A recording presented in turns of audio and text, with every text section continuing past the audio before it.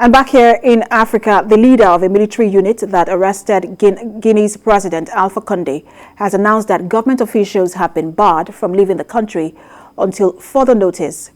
Colonel MamadiDoumbouya has also lifted the curfew imposed in mining areas in the country. The leader of the rebellion is a former French legionnaire officer. He told the gathering of Mr. Conde ministers that they should return their official vehicles. The coup in Guinea, a country which holds the world's largest bauxite reserves and ore and used to produce aluminium, sent prices of the metal skyrocketing to a 10-year high on Monday. There were fears of further supply disruption in the downstream market, but it seems the market is holding with no disruptions. And joining us on What Now, live from Baltimore, is an African Affairs analyst, Ibrahim Anoba. So we are watching. Thank you for joining us, Ibrahim Anoba. Oh, always my pleasure.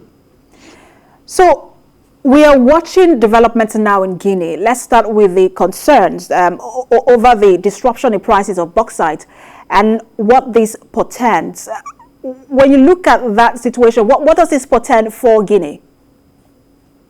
First of all, it's a really nerve-chilling situation that we have in Guinea. I mean, the military is coming out with these positive statements, but we still do not have a clear understanding of how it plans to continue operating an economy, particularly trade in precious minerals, as you mentioned, bauxite. So it's going to be interesting to see how the markets react in the next 2 or 3 days. Of course, it's already sent the price of bauxite skyrocketing and many other minerals as well. But if things do not get under control as soon as it should, we may see the country losing potentially millions of dollars in trade that it could have benefited if this coup hasn't happened. So the military has their hand full now, not only for political reasons, but for economic reasons as well. Now, the curfew has been lifted in mining areas. That's just as government officials have been banned from traveling. So how stable would you say the situation in Guinea is at the moment? Things are pretty much generally stable. If you look in the streets of Conakry and elsewhere, people are joyous, which of course is not unusual when it comes to the immediate moments after a coup in Africa. We saw the same thing in Mali last year when former President Ibrahim Boubacar Keita was ousted by the military. But it's yet to be seen how the military plans to bring things under control. Now it has its work fleshed out for it.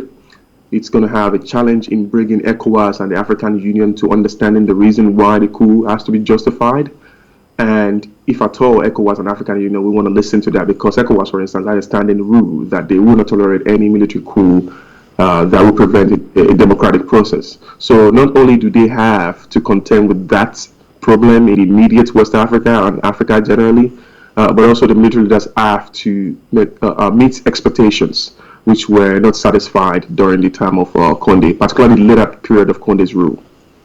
And I will get to the role that the African Union and the ECOWAS can play in a moment, especially when we look at how the coup in Mali was handled. But it's interesting you talked about Mali, which is also a coup in West Africa and a French colony as well.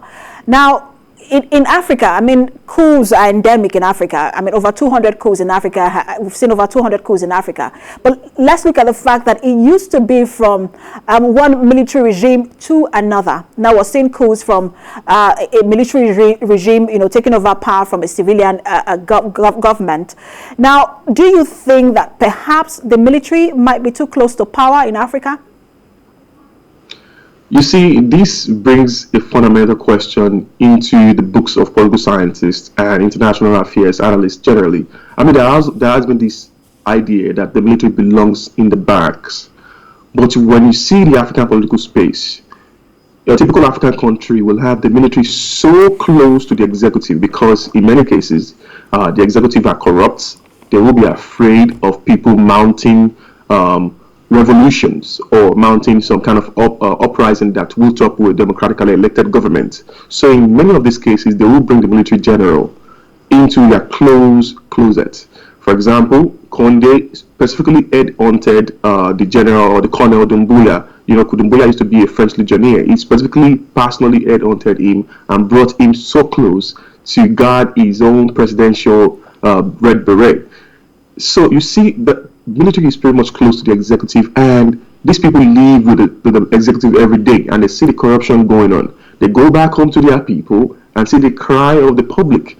So you really cannot help but see the reasons why many of this military coup will happen, particularly in the 2000s, since the 2000s or the 21st century, where we have more democratic governments across the continent of Africa. But the fundamental question I think we really have to ask is that would it be justified when things are so chaotic in places like Guinea, 44% of poverty, unemployment is increasing, corruption is endemic? Would it be justified in that case for the military to come into power and quickly transition into another democratically elected government, or should we just stick to the old narrative that the military has no business in politics? So this is a fundamental question that still has to be answered generally.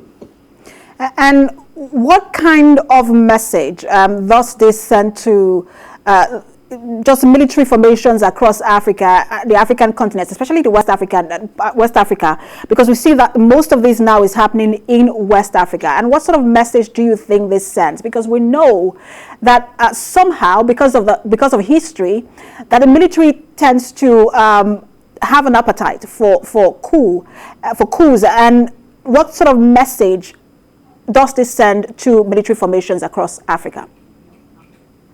Do you know one thing, that in many of these West African countries that you've mentioned or cited, the military coups that have been successful have often been successful in situations where the executive have fallouts with the colonial power or the power that built the international system. Look at Conde, for instance. He hasn't been to France in the last 2 years. Macron didn't give anything about Conde. The two weren't seen eye to eye. I mean, Macron called him an individual that was just thirsty for power, grabbing onto power as a consequence of the third term last year. And of course, this coup now became successful. For example, if you look at Mali, the same thing. In Cote d'Ivoire, Ouattara announced a third term. He went for a third term, but he was still in bed with Macron and the French government.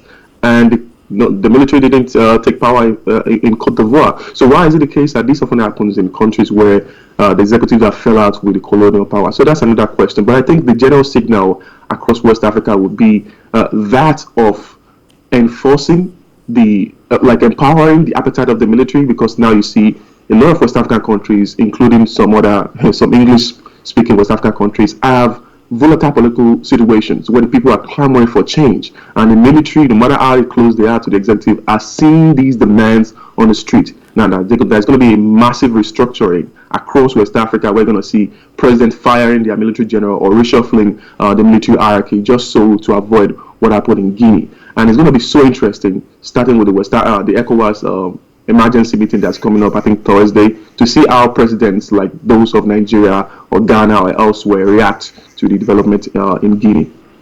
And the role of France when it comes to politics and governance in its former colonies have been subjects of discussion in the past few days, in fact, since the Mali coup. But let's talk about African Union and ECOWAS. We know that Mali has been suspended from these blocks, but is that enough? I mean, obviously that wasn't enough to deter a country like Guinea. So what more can African Union and the ECOWAS do to ensure that this situation in Guinea is dealt with and there is no repetition of this situation in other African countries? You know what? The ECOWAS and African Union are pretty much leaders that are just after their own self-interest. And I will tell you the reason why. And this is the reason. Why is it that they will come so blazing hot when the military take power, but when the executives are ordering live ammunition to be shot at people? Conde did that last year. The ECOWAS will just make statements and condemn. They won't make sanctions against their fellow executives who are clearly corruptly mismanaging the wealth of the country. So why would they then have to come out when the military take power?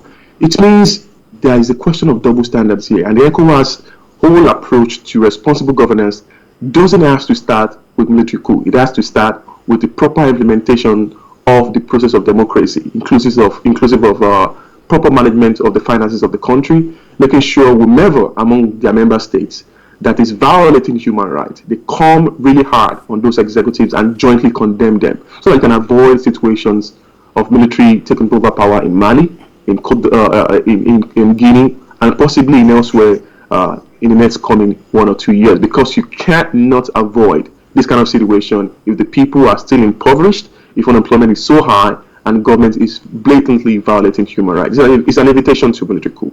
And it's also a sort of concern for Africa, for other African countries and leaders. Thank you so much for helping us analyze this. African Affairs Analyst Ibrahim Anoba.